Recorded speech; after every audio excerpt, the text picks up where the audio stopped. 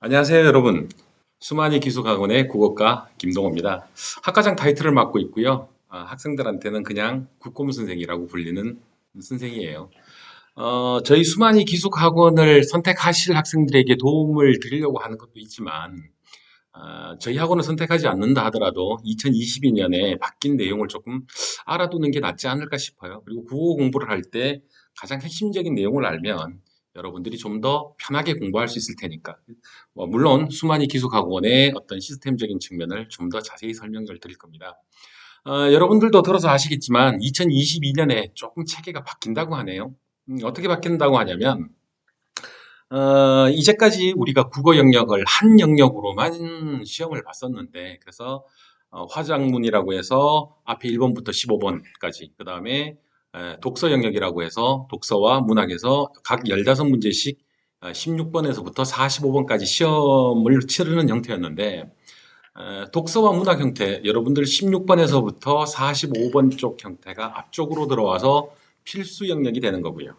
그래서 기존의 문학과 독서는 국어 공통 영역으로 필수 영역이 되는 것이고, 1번부터 15번에 있던 그 화법과 작문, 문법이라는 그 세 영역이 두 영역으로 선택 과목으로 뒤로 빠지게 돼 있어요. 그래서 화법과 작문, 언어와 매체 이완화되어 선택화된다, 뭐 그렇게 된다고 하네요.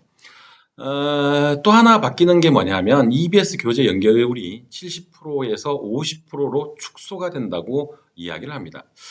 실제 작년, 재작년 같은 경우에 EBS 반영률을 선생님들은 70% 정도까지 체감을 하시거든요. 근데 막상 학생들은 70%까지 체감을 못해요. 그 이유는 뭐냐면 선생님들은 내용적인 요소뿐만 아니라 어휘적인 요소, 그 다음에 그 부분적인 요소까지 이건 나왔다라고 생각을 하시는데, 여러분들은 똑같은 지문, 똑같은 문제가 아니면 연계율을 생각을 못 하세요. 물론 수능에서 똑같은 문제는 없죠. 지문은 비슷한 게 있을 수 있을 텐데.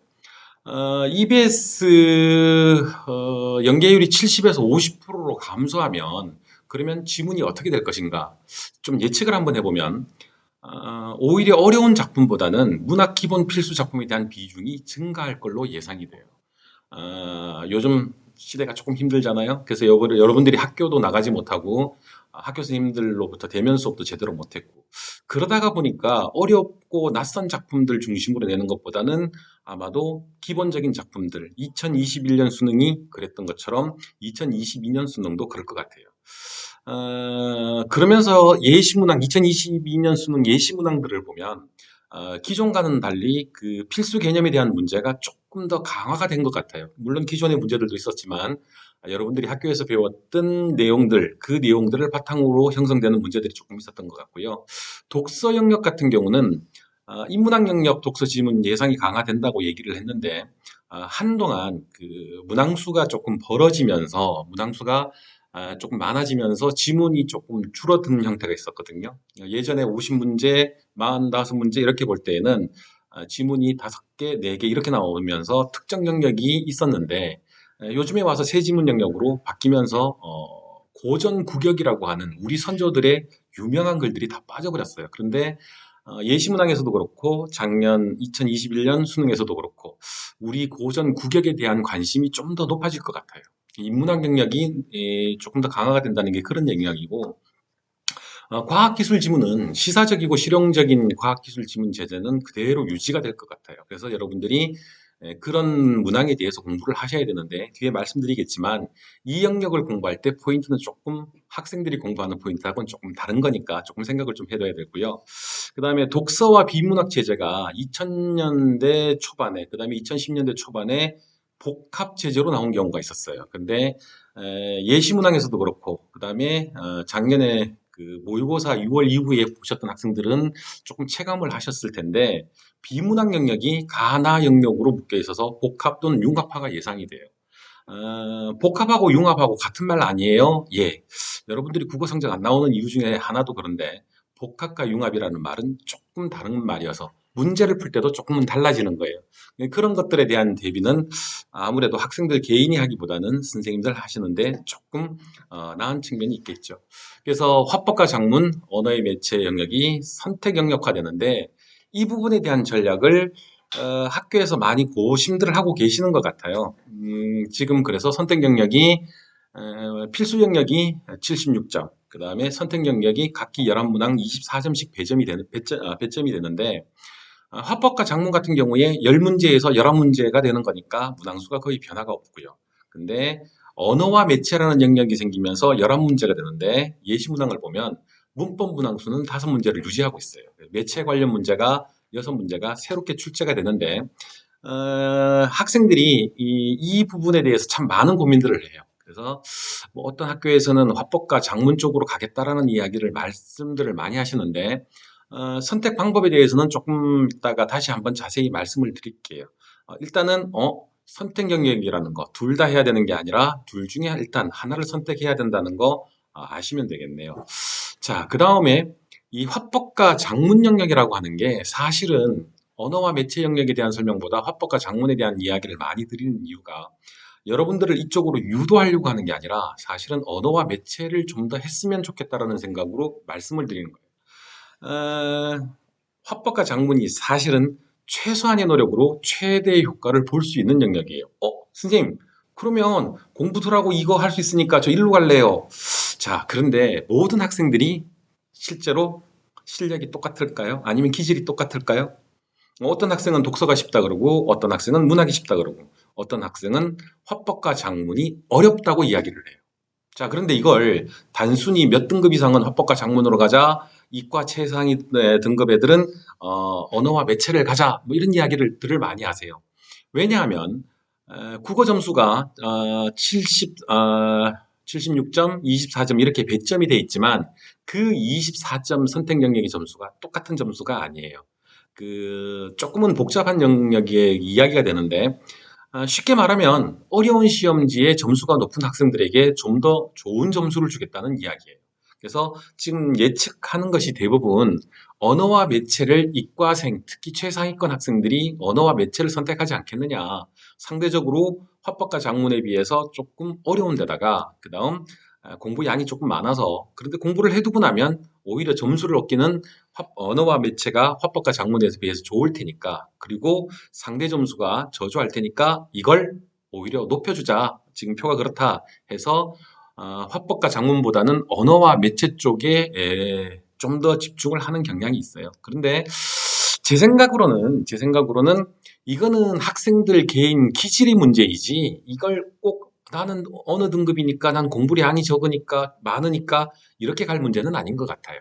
그래서 저희 수만이 기숙학원에 들어오신다면 선생님들과의 코칭을 통해서 학생 기질에 딱 맞는 영역을 잡으려고 노력할 것이고요.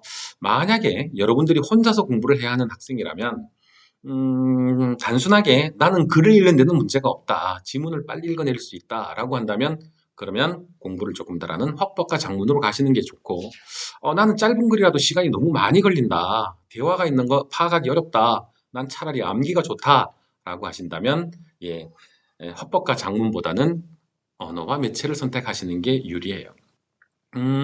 사실 화법과 작문 같은 경우는 믿지 않으시는 분들이 많은데 2주나 3주 정도의 훈련을 통하면 화법과 작문 문제는 거의 다 완벽하게 마스터할 수가 있어요. 그래서 그 시간을 들여서 훈련만 하면 되는 건데 그렇게 되는 이유가 뭐냐면 화법과 작문을 풀 때 학생들이 어려워하는 이유는 자기들 생각으로 문제를 풀어서 그래요. 화법과 작문이라고 하는 것은 다른 사람들의 대화, 다른 사람이 써놓은 글을 그 글에 있는 요소들을 확인만 하면 되는데 여러분들은 여러분들도 모르게 이야기를 읽으시다가 자기 생각이 들어가요. 그래서 화법과 작문이라고 하는 것은 다분히 기술적인 문제예요.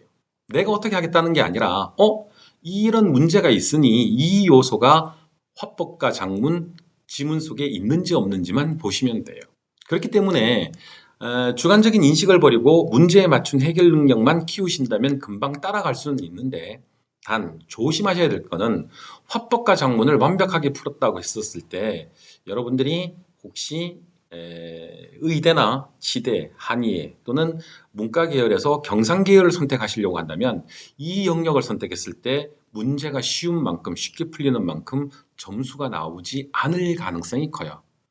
24점 만점인데 화법과 작문에서 24점을 맞고 언어와 매체에서 10점대 후반, 19점이나 20점을 맞았을 때 마지막 가서 계산을 한번 해보면 점수가 뒤집힐 수도 있어요. 그래서 학생들 기질과 학생들 전략에 따라서 선택을 해야 되는 것이지 단순히 11문제 다 맞출 수 있다 없다의 문제로 푸시면 안 되겠어요. 이거 꼭 기억하셔야 돼요. 그래서 이거는 되도록이면 선생님들과 상담을 통해서 결정을 하시는 게 좋을 것 같아요. 언어와 매체 영역은 매체 영역이 새로이 추가되긴 하지만 독서 영역 또는 화법과 장문에서 장문 영역과 유사한 겹치는 영역이 있기 때문에 매체 영역은 걱정을 안 하셔도 되고요. 그 다음에 언어 쪽은 기존의 문법과 같다고 생각을 하시면 돼요. 그래서 그 이야기는 조금 넘어가도록 하겠습니다. 여러분들이 가장 힘들어하는 것이 실제로 읽고 문제의 답을 잡는 독서와 문학 영역인데 이게 여러분들이 생각을 조금 잘못하고 계신 것 같아요. 여러분들한테 가르쳐 준 사람이 없으니까. 학생들 대부분 다 지문 분석 능력을 키우려고 노력을 하시거든요. 문장을 읽으면서 밑줄을 긋고 문단을 요약하고 주제를 잡아내고 다 부질없는 짓이에요. 실제로 문제는 그걸 묻지는 않아요. 여러분들이 문제를 푸는 것을 보면 배경 지식을 확장을 해서 어떻게 문제를 쉽게 풀려고 하시는데 그게 아니라 문제 유형에 맞춰서 지문을 읽으셔야 돼요. 제가 수업 시간에 그런 예를 많이 드는데 여러분들은 새로운 것을 창조해내는 과학자가 아니라 어쩌면 현상수배범을 잡으러 가는 헌터와 같은 입장이에요. 문제와 지문 속에 문제와 선지 속에 있었을 때 문제와 선지, 문제와 지문 이 관계를 잘 해석을 하셔야 돼요. 선지의 내용이 지문 속에 있는지 없는지 잡으러 가는 것이거든요. 여러분들 한번 생각을 한번 해보세요. 여러분들이 현상수배범을 잡는 헌터라고 생각을 하시면 현상수배 전단지를 들고 가셔서 일일이 대조를 하실래요? 아니면 아파트 단지 하나 통으로 다 기억을 하시고 내려와서 현상수배 전단지를 보고 현상수배범 잡으러 가실래요? 저 같으면 전단지 들고 가겠어요. 이 얘기는 곧 무슨 얘기냐면 문제를 먼저 확인하고 문제에 맞춰서 지문을 보는 것이 유리하다는 거예요. 여러분들은 자꾸 문제를 대할 때 맞다, 틀리다 이렇게 생각을 하시지만 국어 문제는 맞다, 틀리다의 문제가 아니라 정보가 있다, 없다, 정보의 유무를 확인하는 거예요. 곧 선지의 정보가 지문 속에 있느냐, 없느냐를 생각하셔야 하는데 여러분들은 이제까지 그런 훈련을 해오신 적이 없어요. 그래서 문제 유형을 분석하는 게 더 중요하다고 말씀을 드리고 싶어요. 2022년 수능 지문은 2021년과 유사한 방향으로 출제가 예상이 돼요. 왜냐하면 2022년 예시문항에 있던 지문 유형이 이미 들어와 있는 경우가 있으니까요.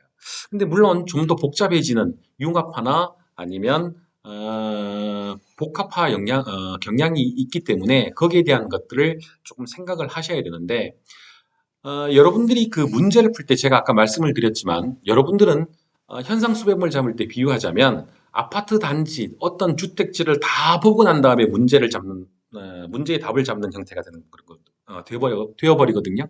근데 그렇게 되어버리면 조금은 곤란해요. 여러분들이 일반적으로 하는 독서가 아파트 단지를 보는 거하고 똑같아요. 글을 볼 때 여러분들은 문단의 핵심 내용과 글의 내용을 먼저 보려고 해요. 물론 기존에 나와 있는 문제집들이 이런 훈련을 많이 시키기 때문에 우리는 흔히 이걸 통독형 독서, 훑어보기 독서라고 해요. 그런데 실제 수능의 문제는 이 문제보다는 단어나 문장의 의미를 더 중시하는 정독형 문제가 많아요. 정독형 문제는 전체 글의 의미를 파악하는 게 아니라 한 단어 또는 한 문장의 의미를 찾게 돼야 하는 건데 여러분들은 자꾸 글을 통해서 전체를 통해서 잡으시려고 하는 거예요. 이 잘못된 버릇을 여러분들이 조금 생각을 한번 해보셔야 되고요.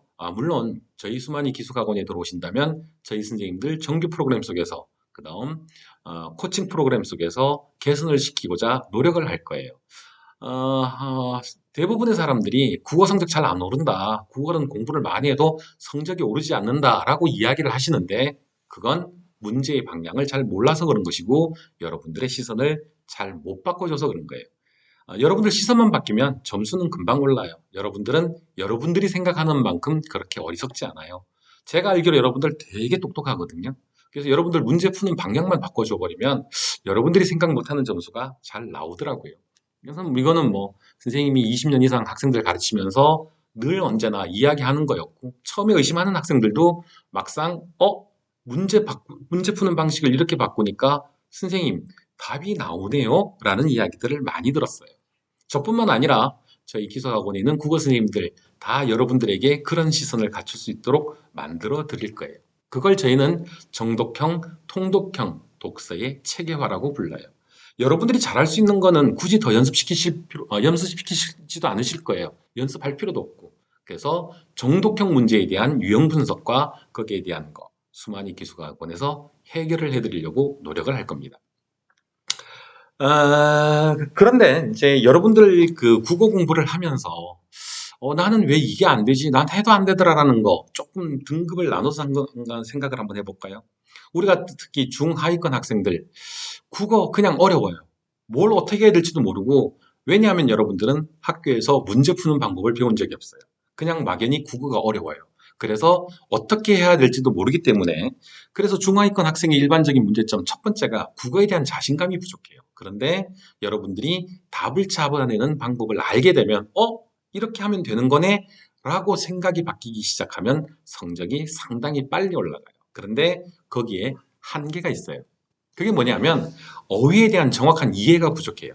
여러분은 인터넷 세대이고 여러분들은 웹툰이라든가 웹을 통해서 정보를 습득하는 능력은 강한데 문자를 통해서 정보를 습득하는 능력이 약해요. 여러분들은 상황에 대한 이해를 잘해요. 그런데 언어의 어휘에 대한 이해를 잘하지 못하는 경우가 많아요. 그래서 학생들한테 지문의 내용을 물어보면 참 잘 이야기하는데 선지가 무엇을 말하는지를 물어보면 막상 막히는 경우가 많아요.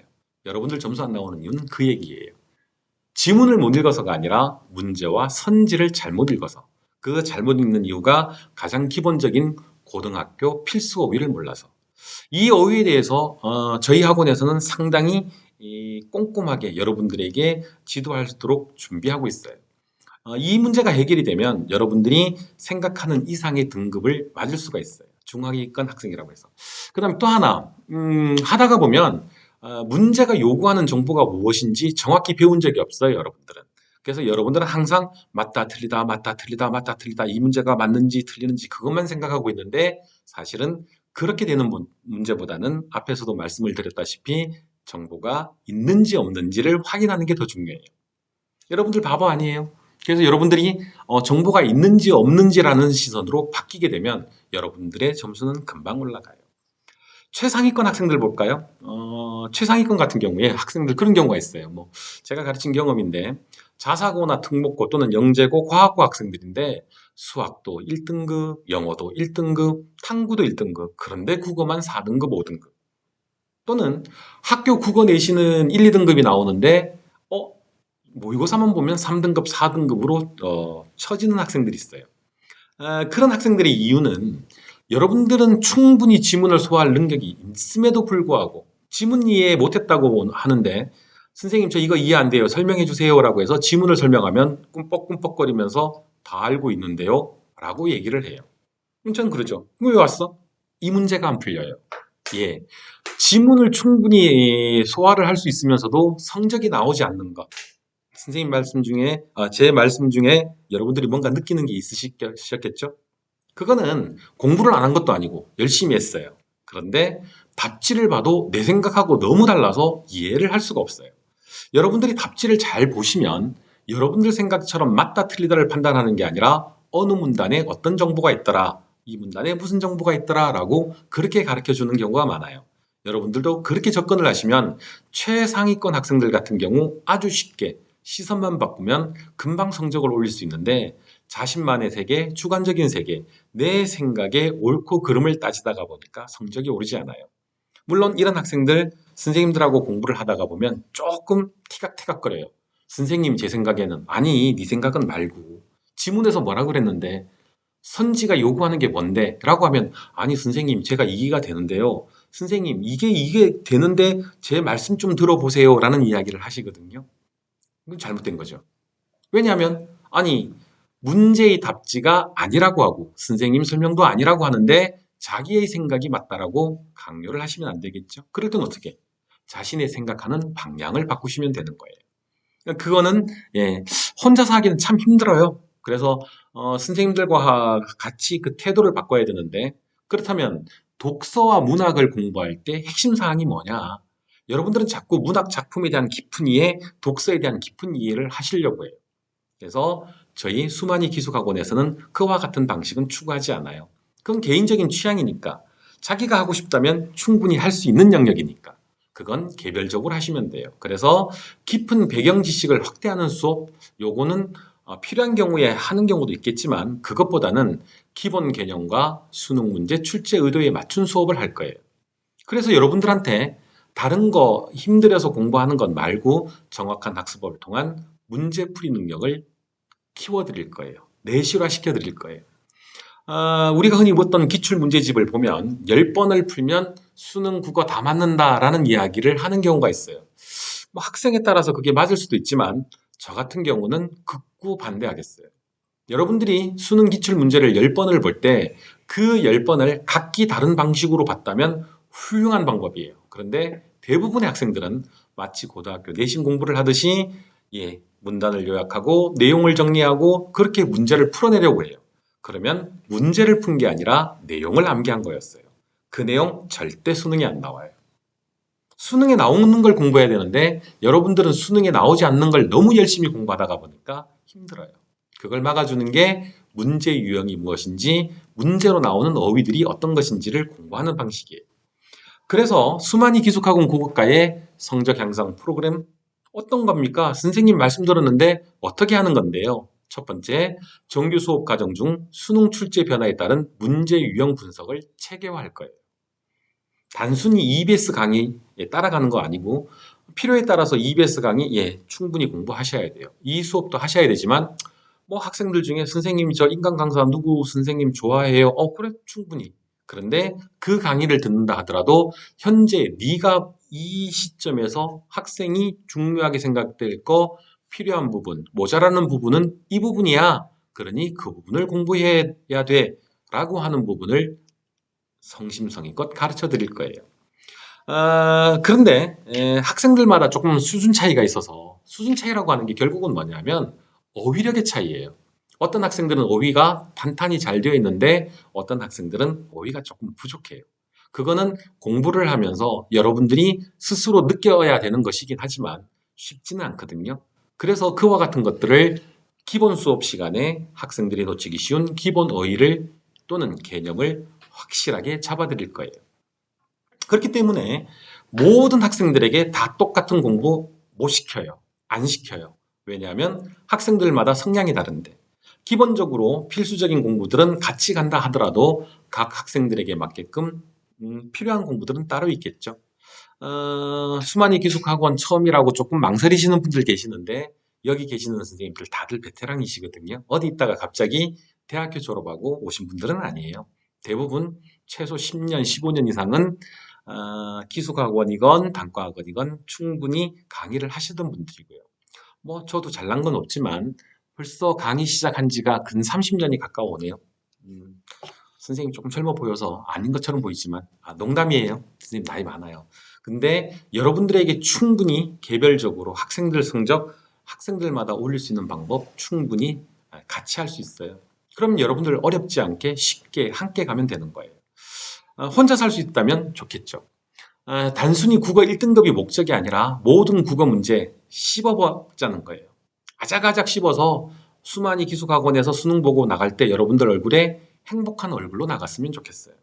국어뿐만 아니라 나머지 과목도 마찬가지겠죠. 그랬을 때 학생에게 필요한 수업, 학생에게 점수를 올리는 수업을 위해서 여러분들에게 다가가려고 노력할 거예요. 수능이 80분 동안에 45문제를 풀어야 되는데 그 80분 동안 45문제를 풀면서 첫 글자부터 마지막 글자까지 다 읽을 수는 없어요. 지문도 마찬가지예요. 모든 지문을 다 이해하고 문제를 맞출 수는 없어요. 국어 선생님들이 어떻게 양자역학에 대해서 아니면 철학적인 문제, 논리학에 대해서 모든 걸 다 알겠어요. 컴퓨터 회로를 어떻게 알겠어요? AI 인공지능 어떻게 알아요? 그런데 지문으로 나오거든요. 출제하신 분들도 그 부분의 전문가는 아니에요. 어떤 학생들은 그 영역의 전문가들이 와서 문제 내는 거 아닙니까? 라고 하시는데 아니거든요. 대부분 다 현직 대학 교수, 국어과 대학 교수와 현직 국어과 고등학교 선생님들이 문제를 만들고 내시는 거예요. 그러니 다 국어 문제죠. 국어 문제를 국어 문제로 풀기 위해서는 나오는 내용에 대한 지문에 대한 100% 이해 필요 없어요. 문제만 정확히 이해하시면 되는 거예요. 조금 장황하게 말씀은 드렸는데 여러분들한테 꼭 드리고 싶은 말씀은 기본 개념과 문제 유형을 정확히 파악하라. 혼자서 충분히 할 수 있는 능력 학생이라면 참 좋겠지만 새롭게 각오를 다지고 그래 국어 1등급? 아니 나 100점 맞을 거야 라는 각오로 공부를 하고 싶은 학생이라면 수만이 기숙학원의 국어과 한번 믿어보셔도 좋으실 것 같아요.